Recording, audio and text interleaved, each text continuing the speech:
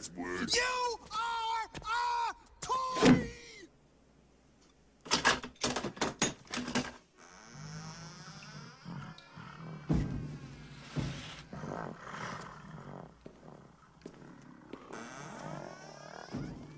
Nice monkey suit. Weizie. Good evening. Welcome to NKAA Entertainment's Collector's Hideout podcast. This is MrPsyco, and I'm here today with Weizie. How's it going? We have a lot of interesting things to talk about today, so thanks for tuning in, and hopefully you enjoy our podcast. So where would you like to start today, Weizie? We're going to start with just some news, things that have popped up, new releases, teases, and things that have popped up for pre-orders and such. So starting off, we got here that Funko is doing their Legacy line again. It has been about 1.5 to 2 years since they did it. I think the last ones they did was Rocket Man.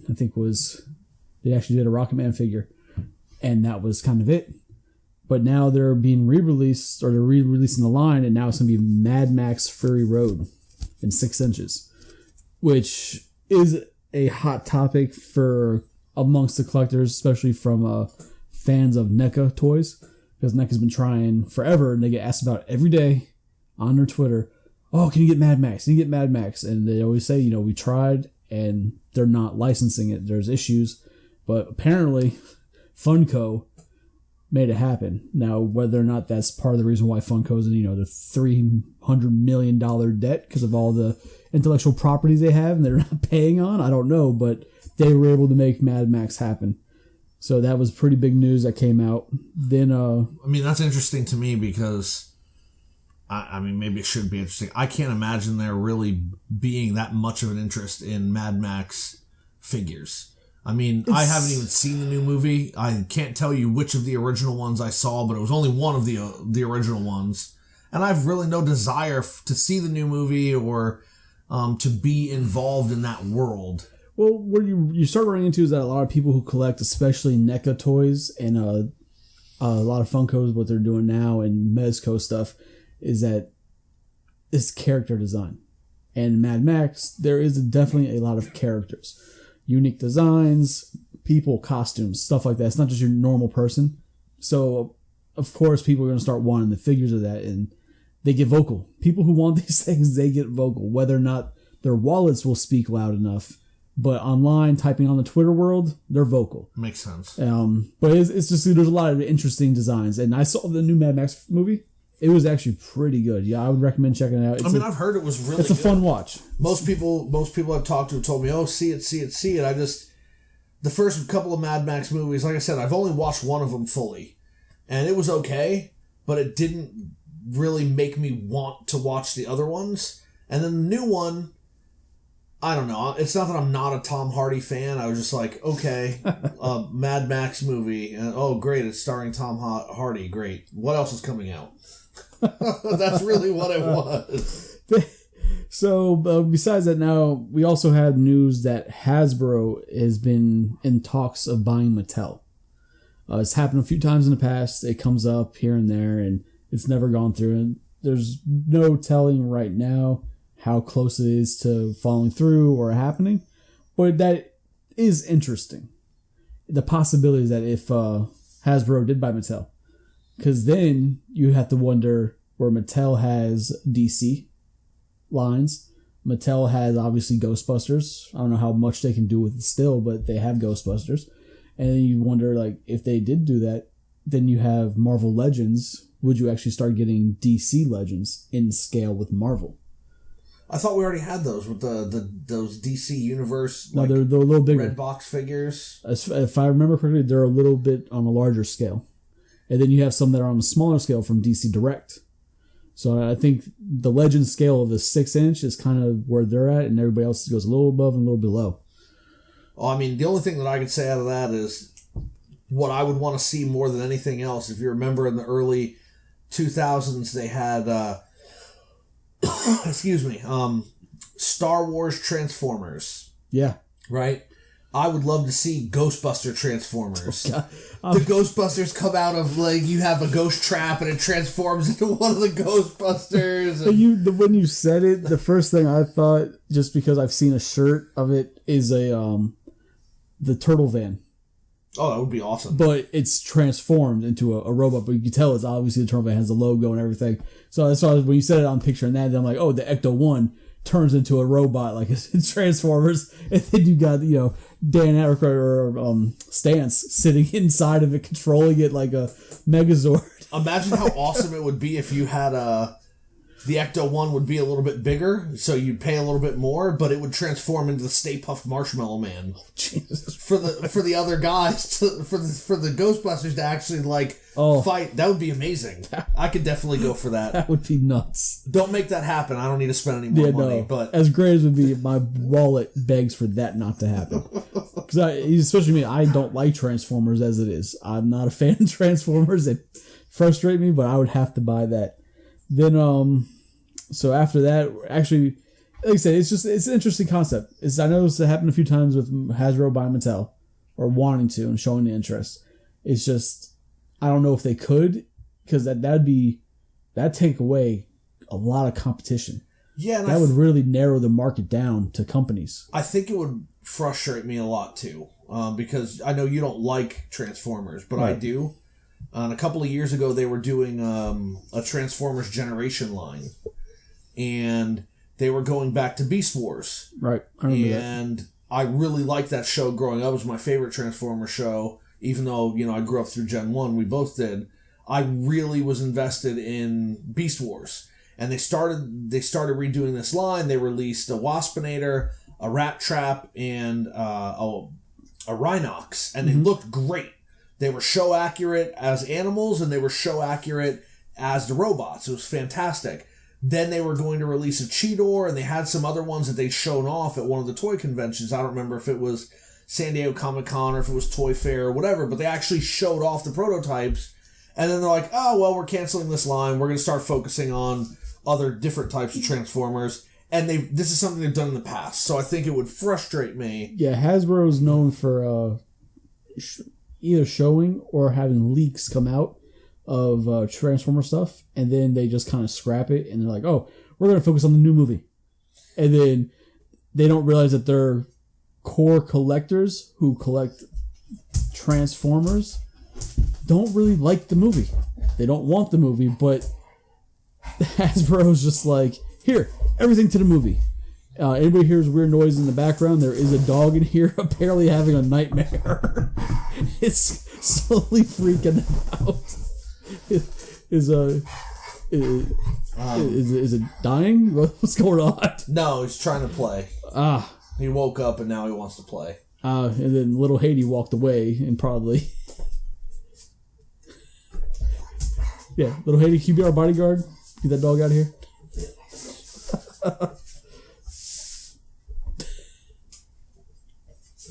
I don't know what's going on. There's a lot of hand motions. Oh, never mind. Just get rid of the toy. Yeah, no. Put it up on a shelf somewhere. It'll be fine. Anyway, and that's the thing that frustrated me because I liked, like I said, I liked the Beast Wars line.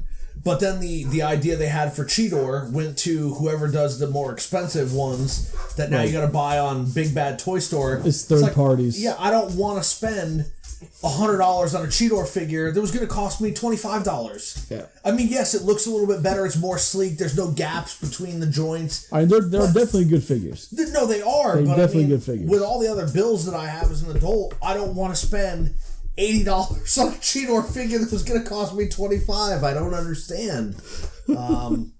So I don't know how I feel about Hasbro buying Mattel. I think it would cause a lot of problems, and that's not even talking about the market like you were discussing.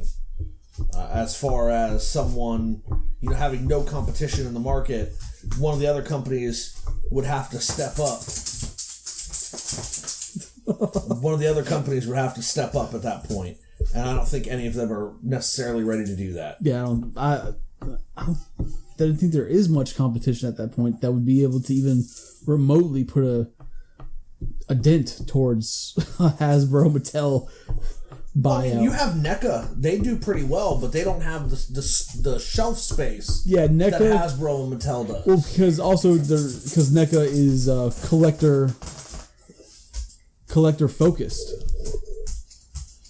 You know, that their lines are for the collector. They don't make the generic toys for the mass casual parent, fan, whatever, who's gonna walk by and be like, "Oh, let me buy that for Johnny and get this done." You know. There's still a dog freaking out, guys. So you hear these flapping sounds. Those are ears.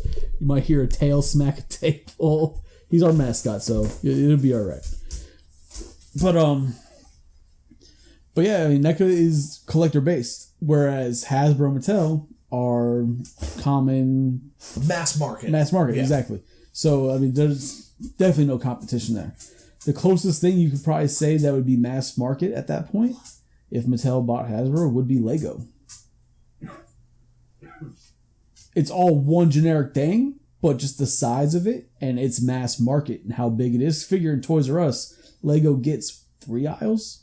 Yeah, you're right. No, you're absolutely right. So, like that would be the only thing that I could really think of that would be there. And even then, it's not similar products, so it's not actual competition. I mean, I guess if the merger were to happen, then other companies might take it as an opportunity to step up. You would hope. But right? then you have one company that has all the important big licenses. Well, I mean, I don't know. Intellectual properties, like they had everything.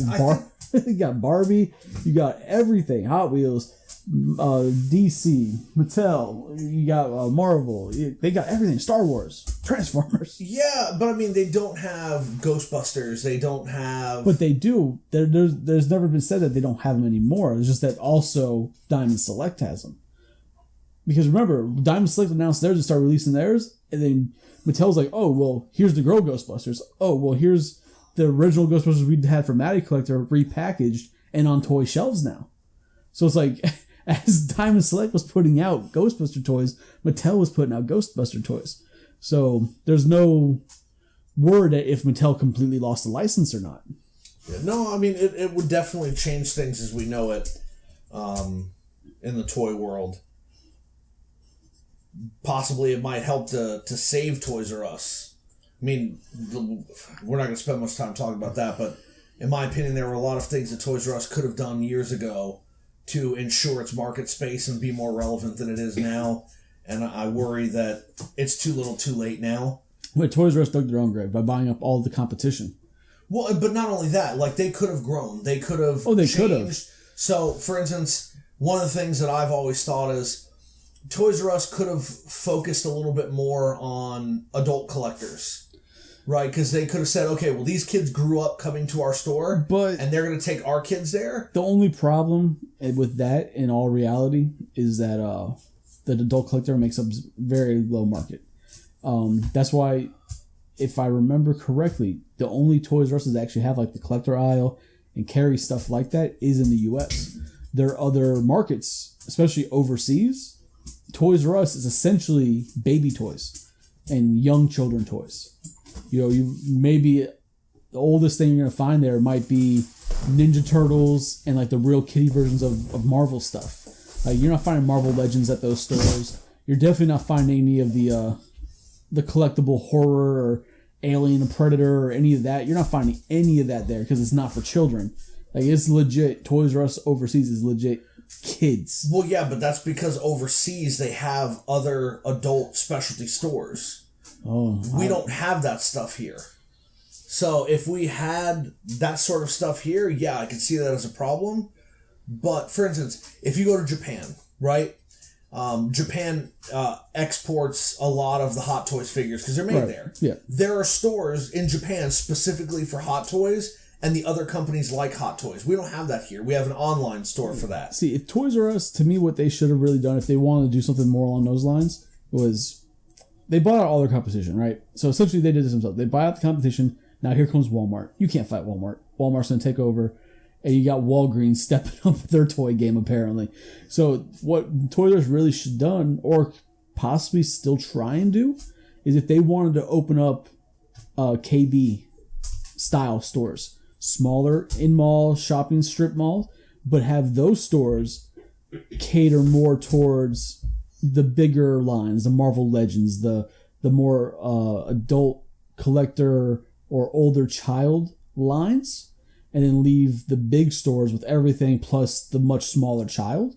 I mean, you might be able to do something like that and really focus it, but at that time, maybe they'd have to get rid of the collector section in the big stores and move them just to the smaller stores. I think you reorganize the company by splitting Babies R Us and Toys R Us from out of the same store.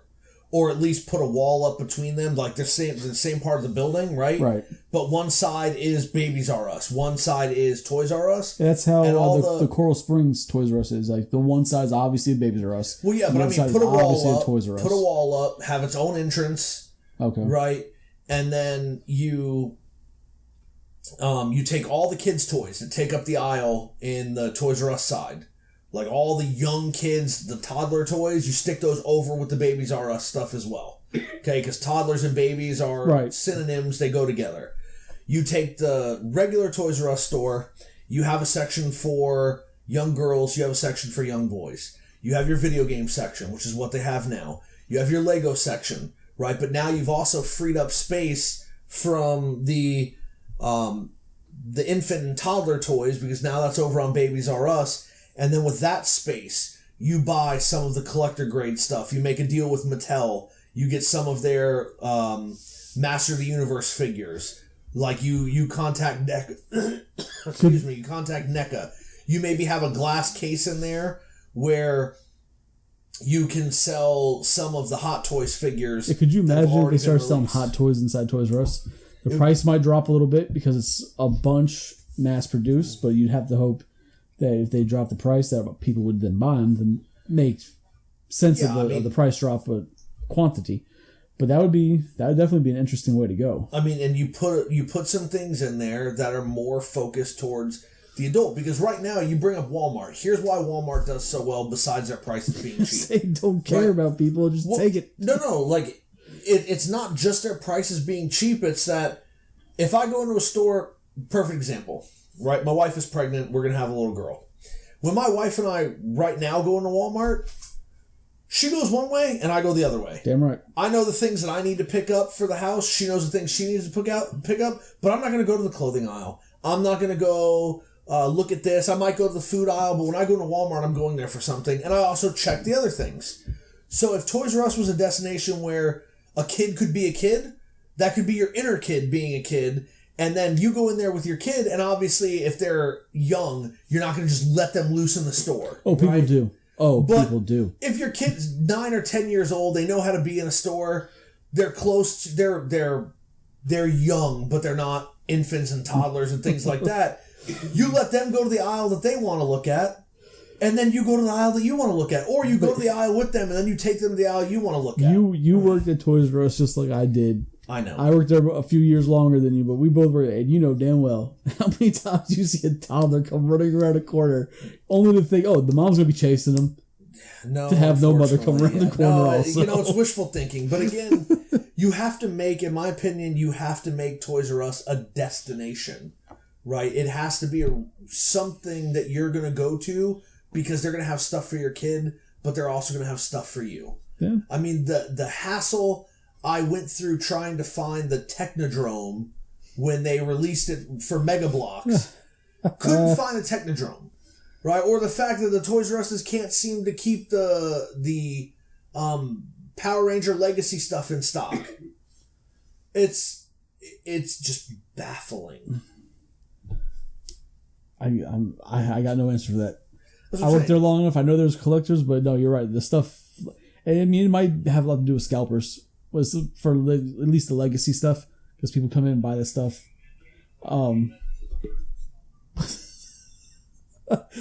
So we but yeah, no, collectors. And then I know from the store I worked at, once a month a Spanish couple would come in and they would fill carts full of toys, and it was always boys' toys and the really popular girls' toys, and a lot of NECA would go in their cart, and they'd send it down to South America.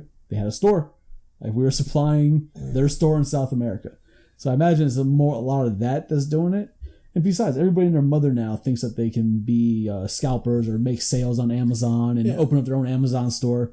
Because I can't tell you how many people would come in with carts full and on their Amazon app, scanning it to see what they can cheaper, and they can put it on right when they get home and sell it. Yeah. So I imagine that's all dealing with that as well. But no, but you're absolutely right.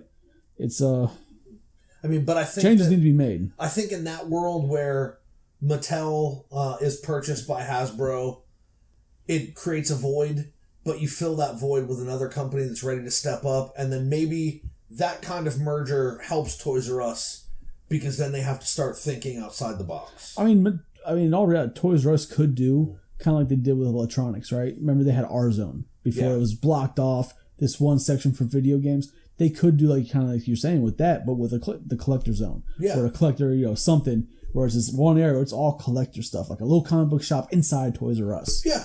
That would be interesting. Moving on. Yeah, no, it definitely could. Moving on, they have released images and pre-orders up now for Marvel Legends for the new Black Panther movie. Have you seen these things? I have not. Here, I got a picture right here for you to take a look. We got in the wave. You got 6 figures. You got a Black Panther. You got Killmonger, Marvel's Nakia. You got another Iron Man. Because you got to put Iron Man in. You need an Iron Man because he sells. Grandparents buy Iron Man. Kids love him. And then you've got a Black Bolt from the Inhumans, and you've got, it looks like a comic version of Submariner. Is it the Black Bolt from the Inhuman show or the Black Bolt from the Inhumans comic? Comic. Okay. It's definitely comic. And I'm blanking on who the Build-A-Figure is. I don't have any notes here on it, but it's another one of the female characters from the Black Panther movie, the bald female. But there's pictures of the characters now, the figures. I've discussed with a couple other buddies, that entire wave, for me, is a pass. There's nothing there that I'm like, I gotta have, because I already have Black Panther from the Avengers wave. Okay. That came out. The one female figure there looks good, but the Build-A-Figure is like the exact same sculpt almost, just different paint apps to make it a different person. Yeah. So I really feel like Hasbro went cheap on this. Like, oh, we have to make a Build-A-Figure. Oh, use the exact same figure, just a different paint app, a little different head, a couple little different things here, and now you have a Build-A-Figure. I don't know why they would feel the need to cheapen out on this one, because then you have also Black Panther and Killmonger, or whatever the name is. Mm-hmm. That's just another Black Panther. Well, I mean, looking at the two figures, they're a little different. There's little differences, but not... Their body sculpt is similar, but not the same. So, I mean, there's Killmonger has more abs. But it's not like almost in that wave, just a quick glance at it, right? You're getting 2 of the same figure, then you're getting 1 figure with almost the exact same Build-A-Figure. So it's like you're getting 2 twice using figures. Just to me, it seems like they kind of went on a cheap route with that set. I mean, if I were to collect Marvel Legends, I would probably pick up Black Panther and Killmonger, because I can see the differences in the shoulders and the abs and the head. Those sculpts are clearly different. To be honest, I could find it for like $10. I'd do it at $10. To be honest, I'm surprised that we didn't get a claw, a Ulysses claw, instead of a Submariner, because you've seen his character in the trailer, in the Black Panther trailer. You've seen Claw, played by oh damn, his name escapes me at the moment. Voice Gollum, voice Caesar the Ape. Who voices Gollum? Andy Serkis. Andy Serkis, right? Go. We saw Haiti with the assist. We saw Andy Serkis in Age of Ultron, and he gets his arm cut off. He becomes Claw.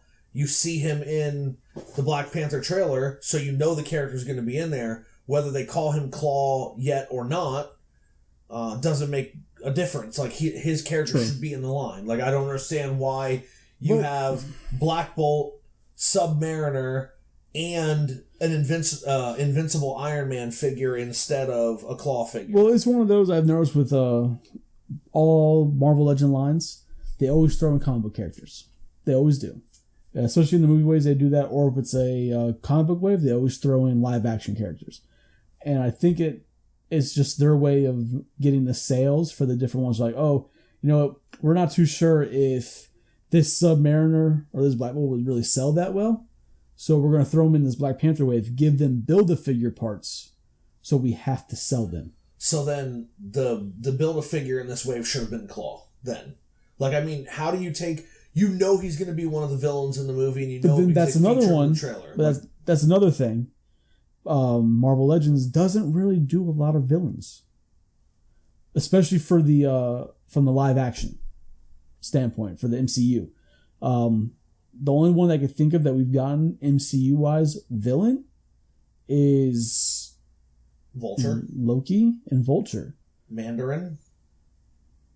Didn't they release a Mandarin in the Marvel Legend line? Not the if they did, not an MCU version. Like, that's it, because not even the Red Skull that came out years ago with the Captain America line, that wasn't the MCU version, that was a comic book version. They released the Mads Mikkelsen villain from Doctor Strange in the Doctor Strange wave. Right. And nobody bought that thing. Nobody wanted it. It was boring.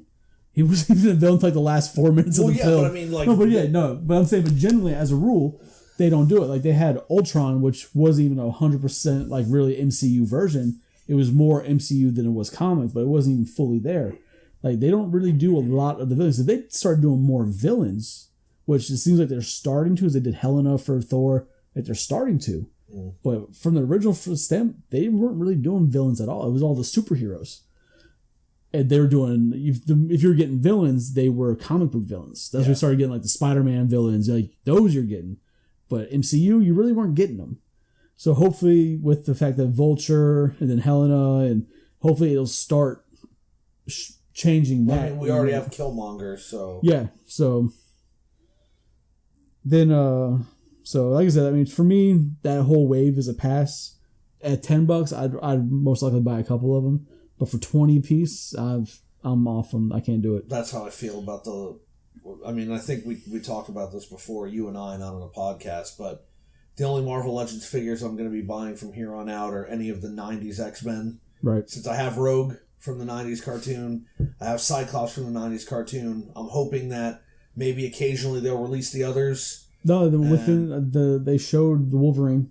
Okay. Tiger Stripe Wolverine's coming. Okay. And I think Psylocke was there, because they showed a Storm, but the Storm had a mohawk also, so I'm like, that's not the Jim Lee cartoon. Those are ones that I want, and I will pick and choose possibly some Spider-Man figures, but I think I have most of Spider-Man figures I want. I mean, I was never able to get the Venom, the original like comic Venom, the one that looked good in my opinion. He should be easy to find though. I haven't looked for a long time, but I have my symbiote Spider-Man. Right.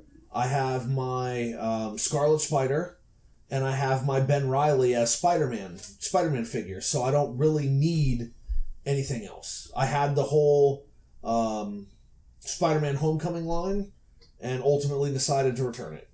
There you go. Well. The thing that made it difficult was when I returned it, I could have bought them again for like $9 each. Well, no, they were a little bit cheaper. They were like $8.40 something for some reason. Out. Yeah, something happened to Susan. They clearanced them all out. I almost did it, and I was like, you know what? I'm never going to open them. I'm never going to display them, and all this is going to do is make me want to buy all the other MCU, and I already have stuff I'm collecting. Well, of course. Damn you, Legos. So, moving on in the news side of it, you got Funko. They showed the Disney Afternoon toys. Not pops, but actual like figures. You've got Darkwing Duck. You've got the black and white Darkwing Duck, which is I think his actual name is Negaduck. Yeah, Negaduck like power version or something. Yeah, I can't. He has another name. I think it's Negaton or something when he's black and white. Then you've got Scrooge. You've got Baloo. You've got Chip and Dale. Baloo from Tailspin. Yeah, Baloo from Tailspin. Yeah, it's from the cartoons that were on in the afternoons when we were kids. Yeah. And you got Chip and Dale. As soon as I saw these, I was like, son of a bitch. Yeah. I have to buy them. The funny thing is, they're not even that detailed. Right? Like, you can tell by looking at them, they're not very articulated. It's the nostalgia thing, so of course I'm going to buy all of them, even though... It's the nostalgia, but when you look at them, they look so good. Yeah, no, they do. There's been a lot of times where they'll try and take a 2D character and make it a 3D figure, and it doesn't come out right. Absolutely. It looks really strange. But they caught the characters in these so good. Yeah, I mean, the only thing that I'm disappointed with in that is the choice of Negaduck they made. I prefer the yellow and black one. So I have a theory as to why they did that. I don't know if this has been confirmed anywhere or if Funko's come out and said it. I have a feeling that they have plans for Negaduck in his black and yellow. But this black and white one, he's a chase variant. So he's going to be like 1 per 6 cases or whatever. So I have a feeling that because he was only in one episode like this, that's the chase. Okay. And then in the next wave, they'll release him in his normal color. So he's no longer a chase. But then again, because like I said, they do name it as a chase. And on the package, they have it listed as Darkwing Duck. They don't have him listed as Negaton or Negaduck. Which that's who it is, because in the comic, or in the cartoon, that's what happens. Yeah. But they do have it listed as Darkwing. So if that's the case also, it's just a repaint of Darkwing. And it's a chase, so you don't need it to have the collection. Unless you want to be a completist that has every damn one of them, then good luck finding that. No, I don't have time for that. But Chip and Dale look great. Indiana Jones and Madden PI, they look amazing. Baloo looks great. And the figures look good, and I'll definitely get them. When I see them, they're like the $10 price range, which is a doable price. For $10, it's fair, yes. I just hope that Funko doesn't say, you know what, we're done. Because I want the rest. You know what I mean? Like, I want the rest of Chip and Dale's team. I want the rest of Baloo's team from Tailspin. Like, I want the rest. I need Huey, Dewey, and Louie to go with Scrooge. I need Gizmo Duck. Before I want Huey, Dewey, and Louie, I want Launchpad. Launchpad, yeah. Yeah. Like, I need the rest of these characters, and they've done most of these characters in pop form. So they can do them. So we talked about this in the first podcast. This is the thing that frustrates me as a collector, because it becomes like a compulsion. It's not a sickness. Like, I don't feel bad about myself for collecting, but I do at times feel bad about the money I'm spending for exactly the same reason you said. If I buy this, I can't stop at one, and that's a problem. It's like a Pringle. I'd love to say, okay, I'm gonna get Baloo, I'm gonna get Darkwing Duck, I'm gonna get Chip and Dale, and I'm gonna get Scrooge, and that's it.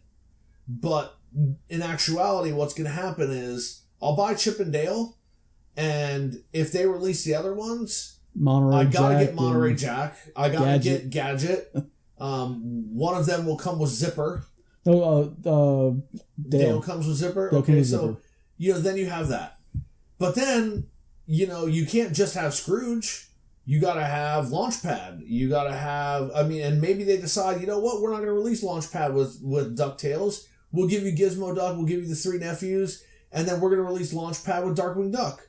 And then, you know what, we're going to release more Darkwing villains. And then we're going to release Gosalyn. And I have a feeling that if they go with this system or these characters and they continue on, if they're smart, they'll just do the core characters. They're not going to go off after like Darkwing's different villains. Only the main villain that you remember, which would be Negaduck. You don't want to go off on all the rare or the random one-off characters here and there, or a couple times here. So to me, it would be Chip and Dale. You get Monterey, Gadget. You're essentially done. No more from that. Tailspin. You got to get Baloo and Kit, right? And Louie. I don't know. I don't think that you need a Louie the same way I don't think that you need a Rebecca. Okay. My hope would be they would make those two and be done. So with Tailspin. And then with DuckTales, you're looking at Huey, Dewey, Louie, Launchpad, and Gizmo Duck. There's really no other ones that you would need to be able to look at it and be like, oh, I have the collection. These are all the main people I need for this collection. That's it. The same way like you're doing now with Marvel Legends, like, oh, I want the Jim Lee X-Men. I don't need anybody else. Like, those seems to me would be the way to go with Funko. Just do those core characters. And then quit while you're ahead and move on to something else. Yeah. No, you're right. But yeah, definitely when they pop up, I have to get them. The only other thing I'm going to cover right now in the news, because this is running a little longer than I expected, is the Ecto-1 service manual. Have you seen this thing? I've seen it online. I haven't pre-ordered it yet, but... screw pre-order. It's out. Oh, okay. Well, then yeah. I'll just go to Amazon and buy it. It's up and out. It's it's designed. It's made by the same company that makes Haynes. That makes all the service manuals for cars. Yeah. And one of the podcasts I do listen to, the actual author of it is one of the hosts on the podcast, and he was talking about everything. But it's not just the car. So you have the Ecto-1. Okay. It's all about that, all the different things that the gadgets on top of it do, how they all work. That's all in there. But then they also go and dive into all the other Ghostbuster tools, proton pack, traps, the sniffer. Like, it's all there. They go over all that in this pamphlet or in his book about how they work, what makes them work, and the stories that go along with them. Like, they really put a lot of attention to detail into this. Okay. Yeah, right here on the cover it says featuring over 20 Ghostbuster gadgets. Wow. So, like, these guys went through, even, like, they're looking at the top of the car, and it's like, okay, there's this thing on the car. We don't know what it is. It doesn't do anything in the movie. It's just there. Now there's fan speculation as to what it is, and then they use comic books, they use the video game, they use all these different things and kind of put together what it is. Well, I mean, and Dan Aykroyd has said in interviews what they're supposed to be as well. Right, so yeah. He's like, here's my idea when I came up with right, so they up there. Yeah. They run with that, and then they run with those ideas and how they work. What makes them what actually makes them real. Which is pretty damn cool. I'm hoping I put it on my Christmas list. I'm hoping I get it for Christmas. It's a hardback, everything. Like, it looks really badass. I don't do Christmas lists anymore. I've discovered if there's something I want, I just gotta buy it.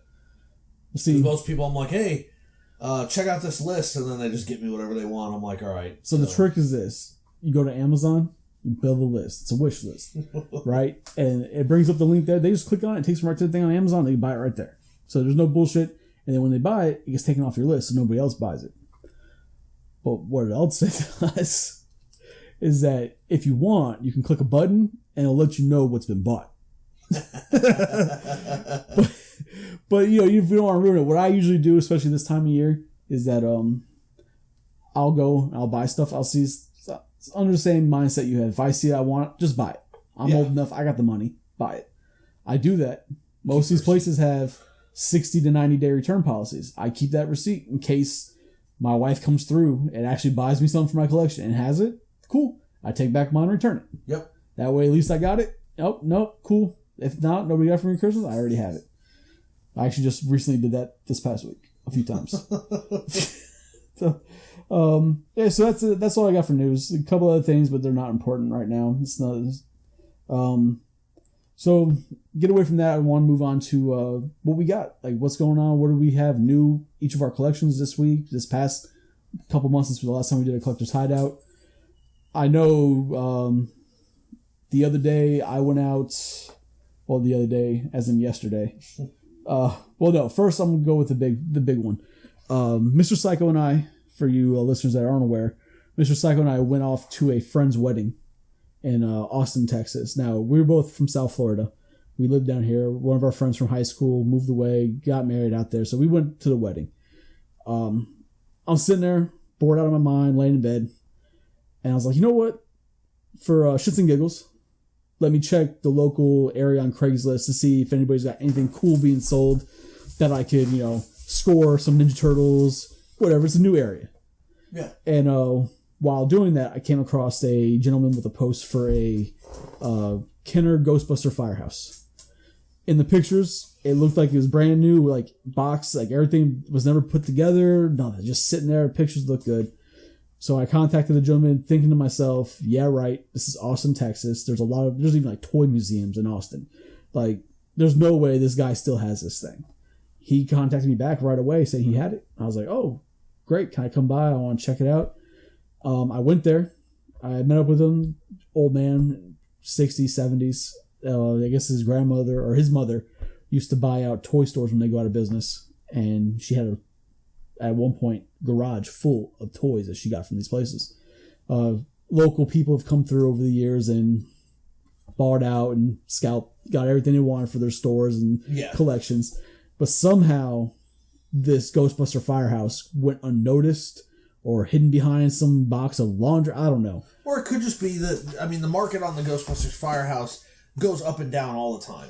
It does. So, but I mean, anybody in their right mind who's a collector or even a scalper, you see a Ghostbuster Firehouse in the original box. You're going to buy it. You're going to buy it, or at least inquire what kind of price. Because you look on eBay, that thing goes for $250 to $300 currently. Yeah. Like you said, it fluctuates, but currently that's where it's at.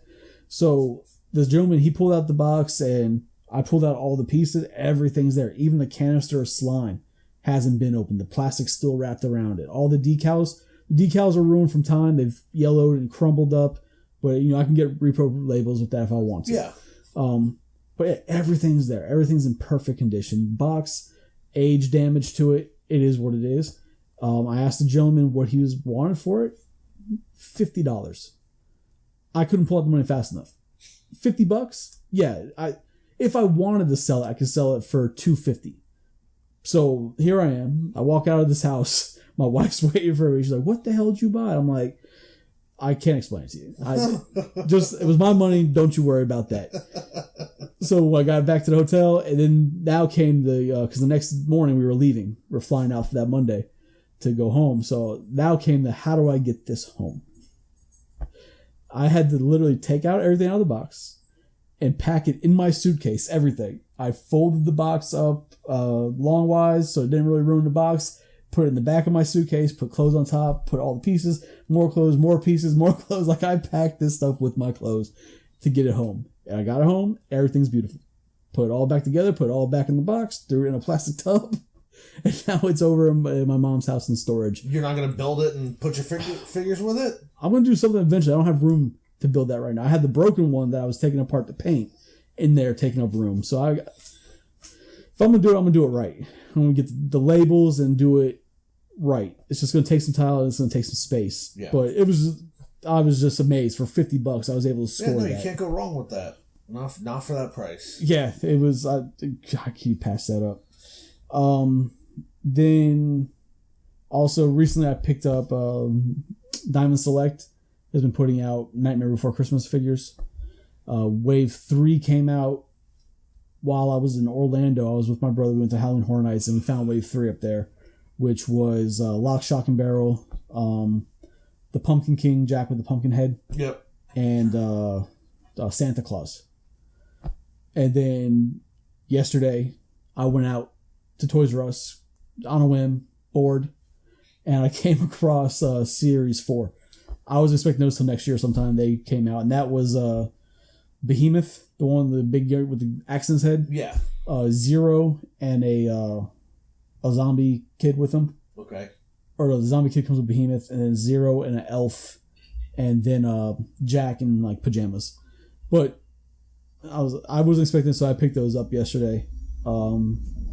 I also found a Justice League Batmobile for the new movie from Hot Wheels. Okay. A little dollar Hot Wheel, but every time I see a Batmobile, even though I don't collect Batman stuff, I see a Batmobile and Hot Wheels for $1, I buy them. Yeah. And it was Justice League. It's got like a machine gun on top of it. Like it's a unique design for a Batmobile. Yeah, it's the Batman killing you. Yeah.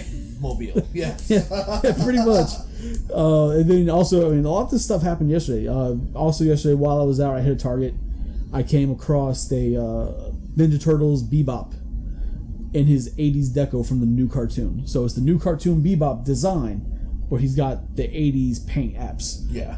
And I had awesome. You sent me the picture. I sent you the picture. The thing was amazing. I had to buy it. I looked around because on the back of the package it shows a Rocksteady and also a Leonardo in a trench coat. They had the Leonardo, but it's just the Leonardo in a trench coat. Nothing special there. Yeah. But then they didn't have Rocksteady, so I'm on the search for Rocksteady still. But he looks just as good. Nice. And I know you were interested in him. Yeah, I gotta find those. I haven't had a lot of luck with finding the new Ninja Turtle figures for whatever reason. When I go to the stores, they don't have them. Luckily, I found a couple things. Like you found me the Usagi Yojimbo figure Yep. But then I went and found one in the samurai gear. Yep. And I was able to find one with the horse, so I picked those two things up. But when it comes to finding, it took me forever to find Armagon when he was released. It took me forever to find a Karai. I was never able to find a Muckman. Hell, we found Muckman for you at the at a that convention. Yeah, I had to find it at a convention. So it was kind of... I've just had bad luck with those recently. But the most exciting thing was that you found the Ninja Turtle Ghostbuster figures yesterday. Yeah, so that was... Because I left the Target I was at, and I went home, and I was like, you know what? I live close to another Target. Let me go check it out, see if I can find this Rocksteady. See if I have luck finding a Rocksteady. I get there, and no luck on Rocksteady. I see there's a stack of Ninja Turtle figures. The one in the front was Roddy Piper, the WWE Ninja Turtle crossover. Roddy Series Piper. 2, yeah. Yeah. So I didn't even look. I assumed I saw Roddy Piper. I was like, all right, that's a bunch of the wrestling ones. One of the Target employees happened to be standing in the aisle. He's like, you need help finding anything? I'm like, yeah, I was just curious if you've seen the Ghostbuster versions of these. And he looked at me like I was stupid. And I'm like, no, like the wrestling ones, there's Ghostbusters now. It's like Series 3 or whatever is Ghostbusters. Have you seen them? He's like, oh, let me go get somebody. So he walked away, came back with another guy from the department. And we were talking about it. He's like, no, I haven't seen that yet. He's like, but have you seen the wrestling ones? Like, there's some really cool ones. I'm like, yeah, no, there is. So he went in to grab, he said it was a Balor. He wanted to show me the Balor. And when he moved the Roddy Piper, next thing I know, I'm looking at Venkman. I'm like, oh shit. Here's the Ghostbuster ones. And then behind Venkman was Stance, and then you had Spangler, and then Zetamore. So I was like, oh, I got the whole series in one stop when I went there looking for a Bebop, or for a Rocksteady. That I was like, I have to buy them. Luckily, they were on sale too, because normally they're $20 figures. $15.99. Yeah, $15.99 for whatever reason. That was a great a great find. So then you sent me the pictures, and when I got off work, I went over to the Target close to where I worked, and it was about 10 o'clock. And I went in, I looked for them, and they had the 4 wrestling ones, which I picked up, and we talked about these when they released the first series. You're not really interested in them because of the size that they are. They don't fit in with your Ninja Turtles. Right. They don't fit in with the wrestling figures. But what sold me the first wave was, well, clearly I'm a huge Ninja Turtle fan. But the Macho Man figure in the first wave did it for me. Oh, that definitely was cool. The Macho Man, Michelangelo's Macho Man in the first wave was perfect. And then the Undertaker was really good in the first wave as well.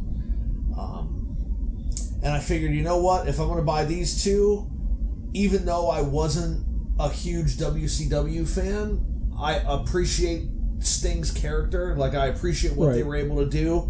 And Raphael was always my favorite turtle. So I'm like, okay, well, I'm going to get Sting because he looks really cool. It's very well done. I'm like, you know what? If I'm going to buy these 3, I might as well buy Leonardo as John Cena. I don't know why they did the John Cena, but I mean, I do know why, because for the new kids. Yes, and it's just an empty box, but yeah. So when I was at the Target last night, the first one I went to, they had the new ones, and of course you have The Rock.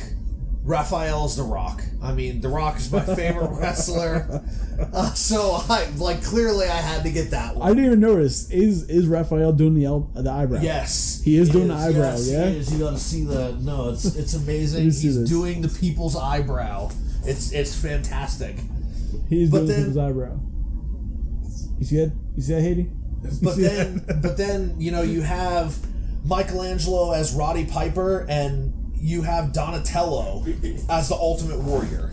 I mean, and then again, I found myself in a situation where if I'm going to buy 3, I gotta buy Leonardo. I mean, and it's sad because I like Leonardo a lot. He's my second favorite turtle, but he's the afterthought in both of these waves. So I'm hoping that the next wave will have Leonardo as like the awesome one, and he's the first one I want to get. Maybe the next one is Leonardo as Stone Cold Steve Austin. No, it's going to be Leonardo as like Bray Wyatt. It's gonna be. Listen, if they make Leonardo as fat guy with a lamp, I don't know. Well, I mean, I guess eventually he would have to be, because if you look at least what they did with Macho Man and Warrior, one was Michelangelo, the other one was Donatello. right? Yeah. So maybe they'll move around the classic guy, but then again, you have Cena and Balor are more the new generation of wrestling, and that's Leonardo got that both times, the new generation. I'm wondering if there is like a reasoning for who they pick for each one. They said that there was for the first wave, but I never heard anything about the second wave. Gotcha. And I don't remember what their explanation was because they gave the explanation when they announced these figures. When they first showed them, they had an explanation of why they chose each one. Gotcha. But I mean, my best casting would be Series 3, Raphael as Hulk Hogan. I'm good. You know, Raphael as Hulk Hogan. You know, it's fine. But so I go in, I see the 4 wrestling ones, I pick them up because they're on sale, and only because they're on sale. I have the guy go to the back. I'm being very persistent. I find someone that's stocking the toy aisles at night, and I'm like, listen, can you go in the back and check? He goes in the back, he doesn't find them, he comes over and scans the tag.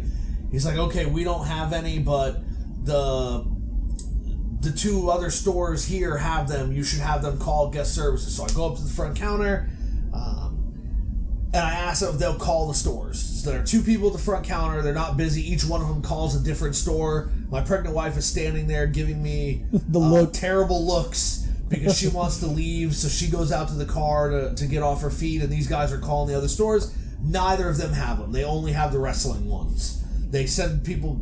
Well, they said they sent people to the back, so I'm going to assume they sent people to the back. They only had the wrestling ones.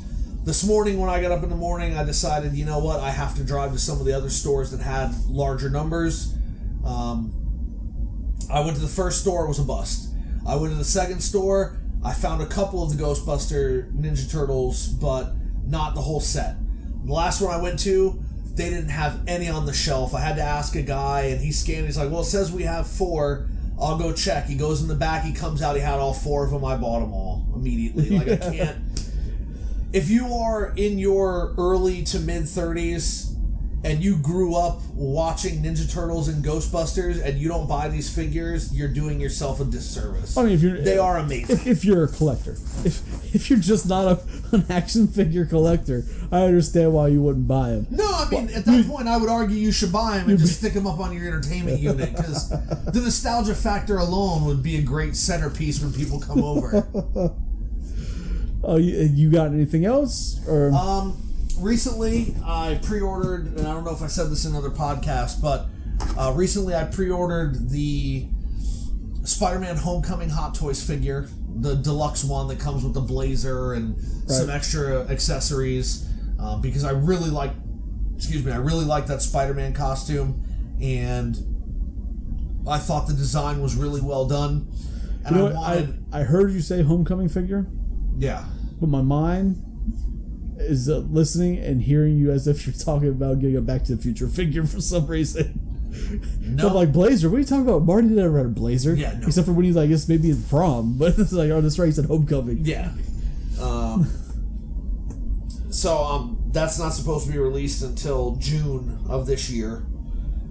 And I also went ahead and pre-ordered the Return of the Jedi Luke Skywalker from Hot Toys, which looks amazing. It should be out in June of this coming year, or possibly July. And one of the really cool things about it is the lightsaber actually lights up.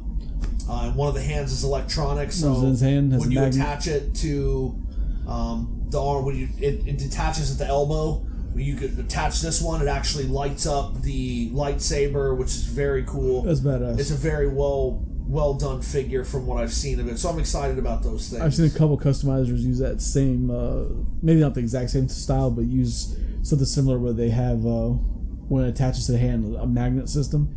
The sword lights up or whatever. Yeah. So that's exciting. So I'm looking forward to those.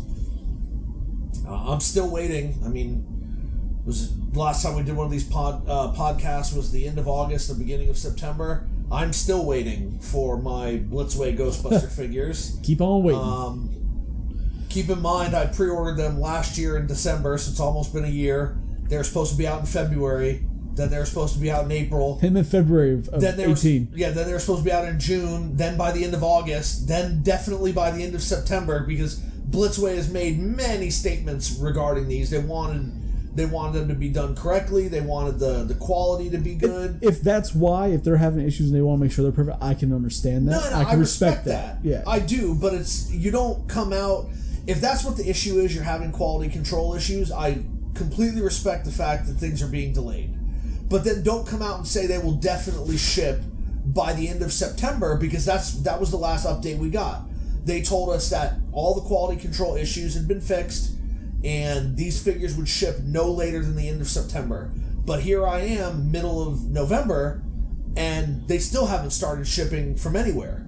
Right. And there's only one set that I know of out in the wild, and I saw a video on YouTube, and a guy got it from a company that he ordered it from, a local, in his area it was local, comic shop, and that guy knew somebody that worked at Blitzway, and he got those 4 figures in. He only sold 4 figures to this guy who makes YouTube videos. Of course. And he was able to do the review. And I gotta say, from the video I watched, the figures look amazing.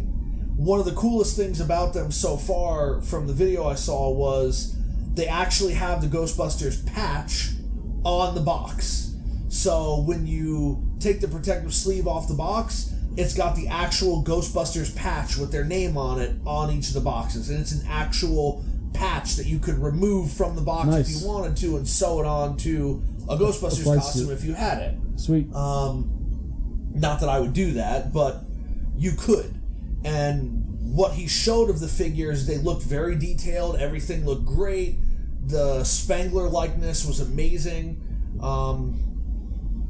But the thing is, here I am now, mid-November, almost a year out from ordering them, and still don't have them. They still haven't arrived, and there's been no update from Blitzway, an official update, since they said at the beginning of September they would all ship by the end of November. And the thing that I find most funny is, about 4 weeks ago, they put out a short teaser video on their Facebook page, Blitzway did, that showed the Ecto-1 and confirmed that the Ecto-1 was going to be released. Then they said, come back in a couple of days for the new video.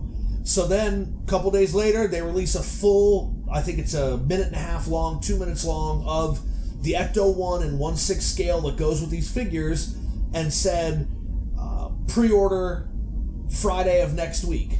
I forget whatever the date was, but it was, there's that next Friday. No pre-order. And that was a good 3.5 weeks ago.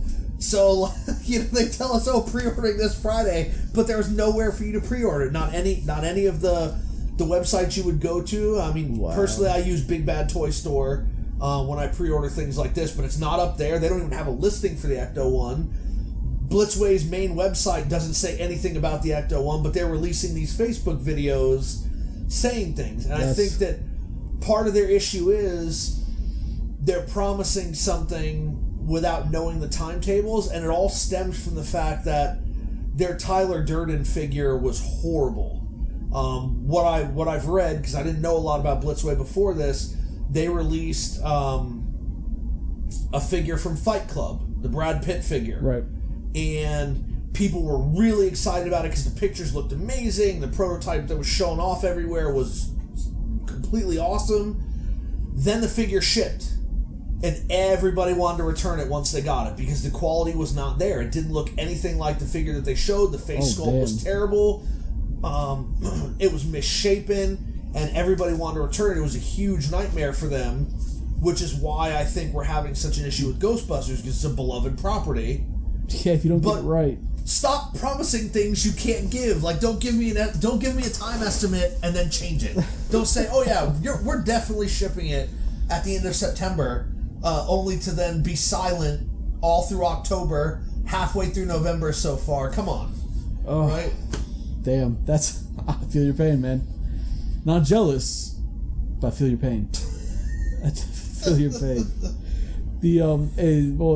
I guess it sums up everything that you've got new or ordered, and I think that's all I've gotten as of recent.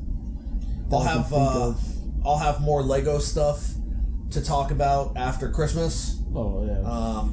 I bought some stuff for my wife, and I can't tell you what it is because sometimes she might be able to hear you through the wall. So yeah. so I don't want to tell you what it is, but after Christmas we can talk all about it. That's all right. And we're almost at an hour already. Jesus. Keep this next part a little short. I just want to bring up the idea of bootlegs and knockoffs. As anybody who's in the toy world collecting knows that when you go to like AliExpress.com or any of these websites, you can find a lot of interesting bootlegs. But I started wondering, first, is a bootleg bad? Is the knockoff bad? Especially when it comes to things like, perfect example, NECA's Teenage Mutant Ninja Turtles from the Mirage comics that came out 10 years ago. The fact that they're still bootlegging those and they're using what seems like the original molds, they're using the original packaging style. Is it bad?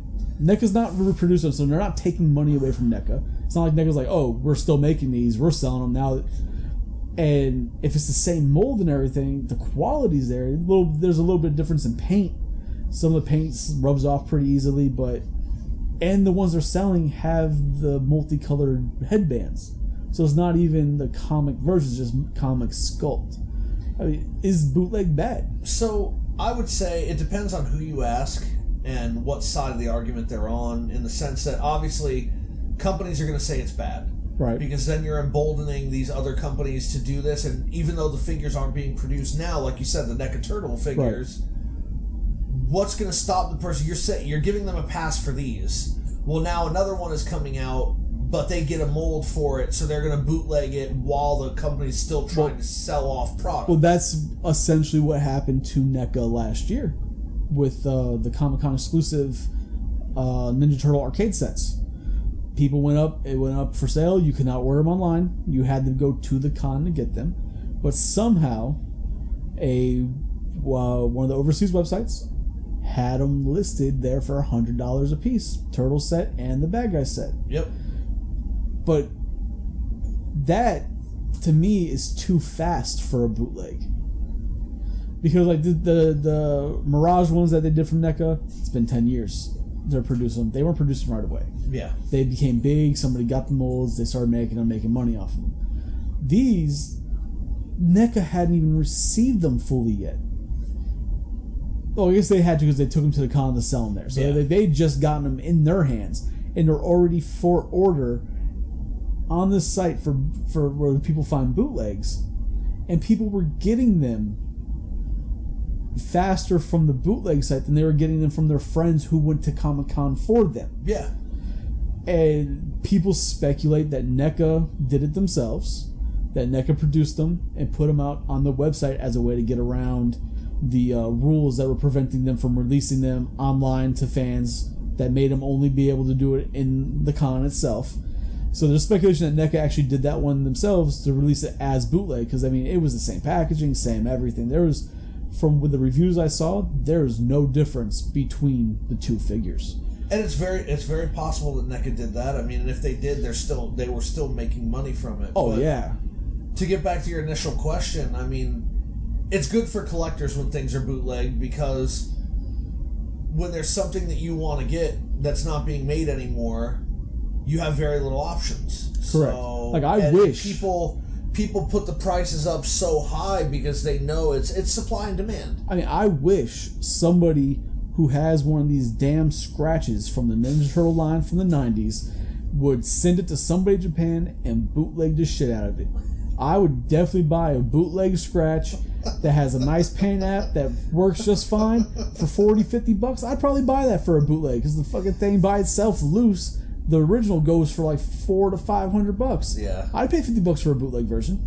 I'll do that in a heartbeat. They're not producing it. Somebody take the initiative and bootleg that, and I will buy it. So why don't you buy one on eBay? Because I don't make a mold. I don't have the $500 to $600 to buy it. Well, I was saying, but like you make a mold and then have it produced, and then make your money back. I mean, if you think people will buy it at $40 a piece, you know, let's just say $40 a piece and free shipping. If you make 200 of them, right, at $40 a piece, that's what, $80,000, right? No, it's not right. $8,000. You're an English teacher, right? Yeah. So $8,000. you've made your money back. Yeah. I mean, no, you're absolutely right. But the initial start off on that, I just like if somebody who already has one. Hey, if anybody who's listening to this, which I know is not a lot of people right now, but as it grows, if anybody here has a scratch, it wants to offer it up, I'll break bread with you. We'll make a deal. We'll work something out.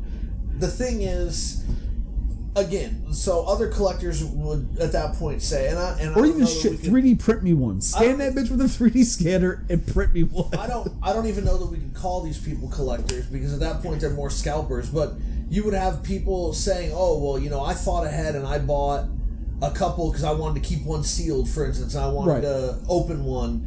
But now I know they're hard to get, so I'm going to sell the one I have sealed. But if you're making bootleg ones, then you're ruining the value of my figure because people can just go buy a bootleg one." So true. I mean, but that's where I say I don't care about the value of your figure. I don't buy my collectibles as value. My collection is because I enjoy it. I enjoy looking at it. I enjoy purchasing it.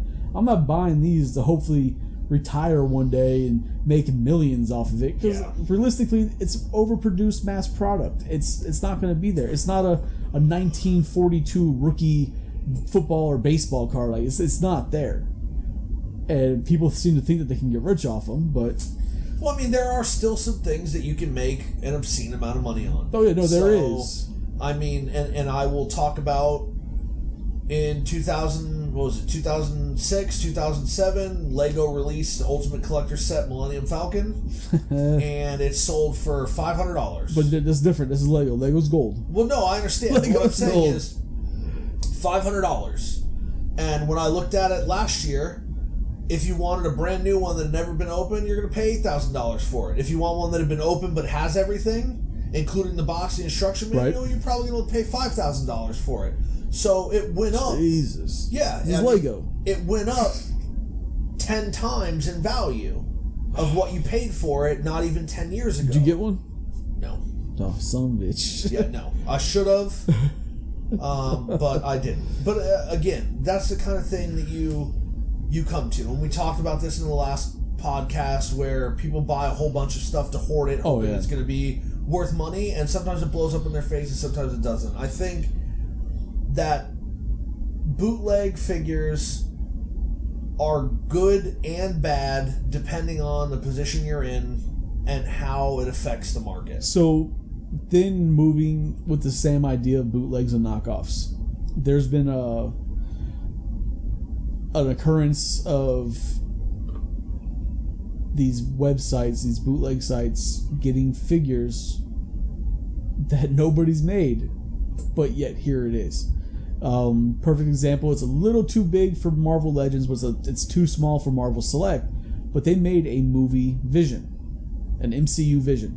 Mattel or Hasbro has not made one. That's one character they have not made. People have been waiting for them to make one. Hasn't done it. But if you go on to one of these bootleg sites, you find him, Black Widow, Hawkeye, a bunch of the Avengers, and you could, at the time, you could get the Hawkeye and the Vision as a double together for $14 shipped, and it's a little bit bigger. And of the set that they did release like that, Vision was almost perfect for screen accuracy. Like, it looks really good. I got one to put in my case as a filler until Marvel Legends comes out with their own, but nobody else has made it, so it's not a bootleg. Yeah. It's not a knockoff.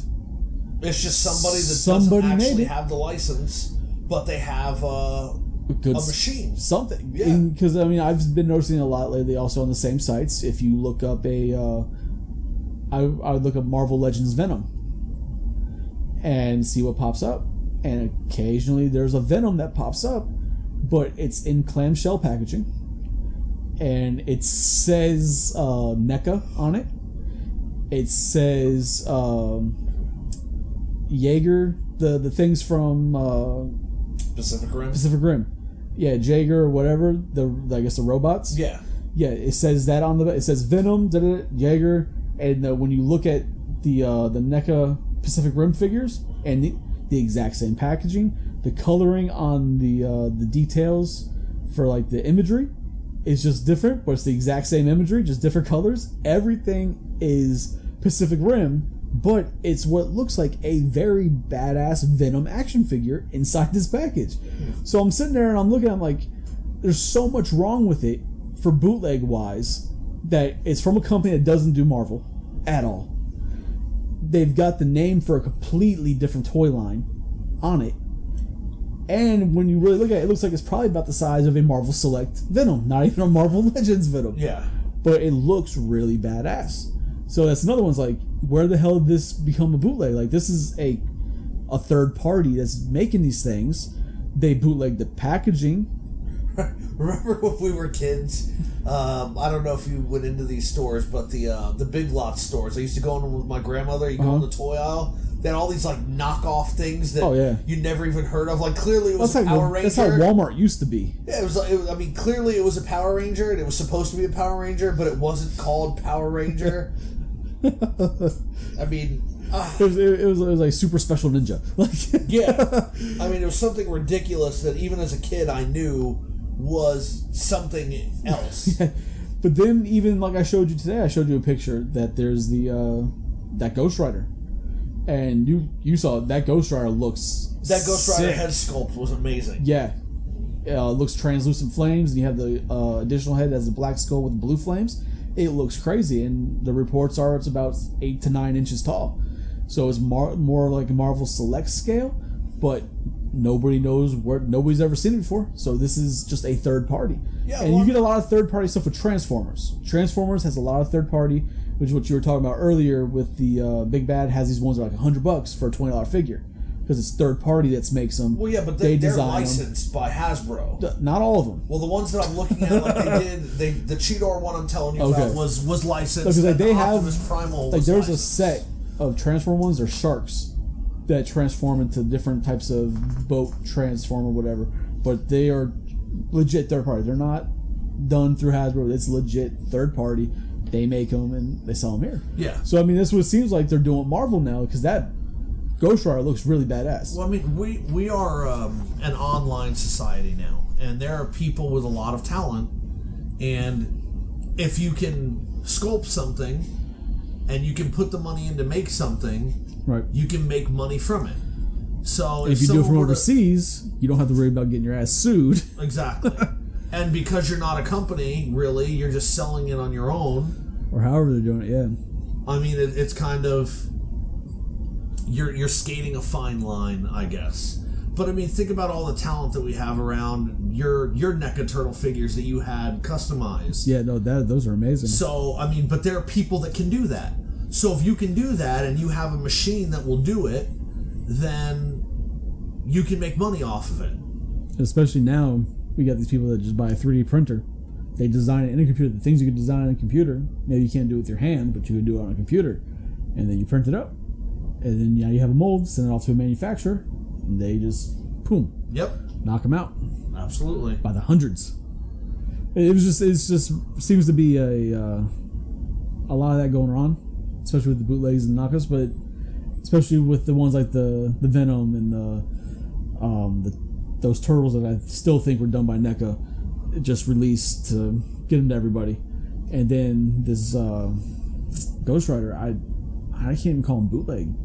With how good they are, they're better than the majority of the mass-produced stuff that's coming out. It's almost like they're there, and the mass-produced stuff is like the bootleg version of them. I think that the more mainstream collecting gets, the more we're going to see this stuff happening. The more mainstream collecting gets, because there's always going to be needs that companies don't want to fill for whatever reason. So, for whatever reason, Marvel Legends thinks a Black Widow figure wouldn't sell. They think, a Vision figure wouldn't sell. So there's a need for collectors like you. Like you said, you bought the Vision because until Marvel gives you one that they make, you need a placeholder. That's Your right. collection's not complete because here you have all these characters that were in the movie except for one. Except for Vision. So what is their rationale behind not giving it to you? So if they're not going to give it to you, you got to find it somewhere. Yeah, no, they're absolutely right. Well, on that note, I think we're going to wrap up here. We're at about an hour 15. All right, not bad. I think it's reached the end. Yeah. Little Haiti, you got anything to say? Good show, guys. Thank you. He sat on his phone the entire time. Well, that's not true. He gave us the Andy Serkis name. Touche. He does not care. Let's put it that way. Well, on that note, this is Weizie signing out. This is Mr. Psycho. Thank you guys for listening, and we'll see you next time. Please don't sue us, we broke.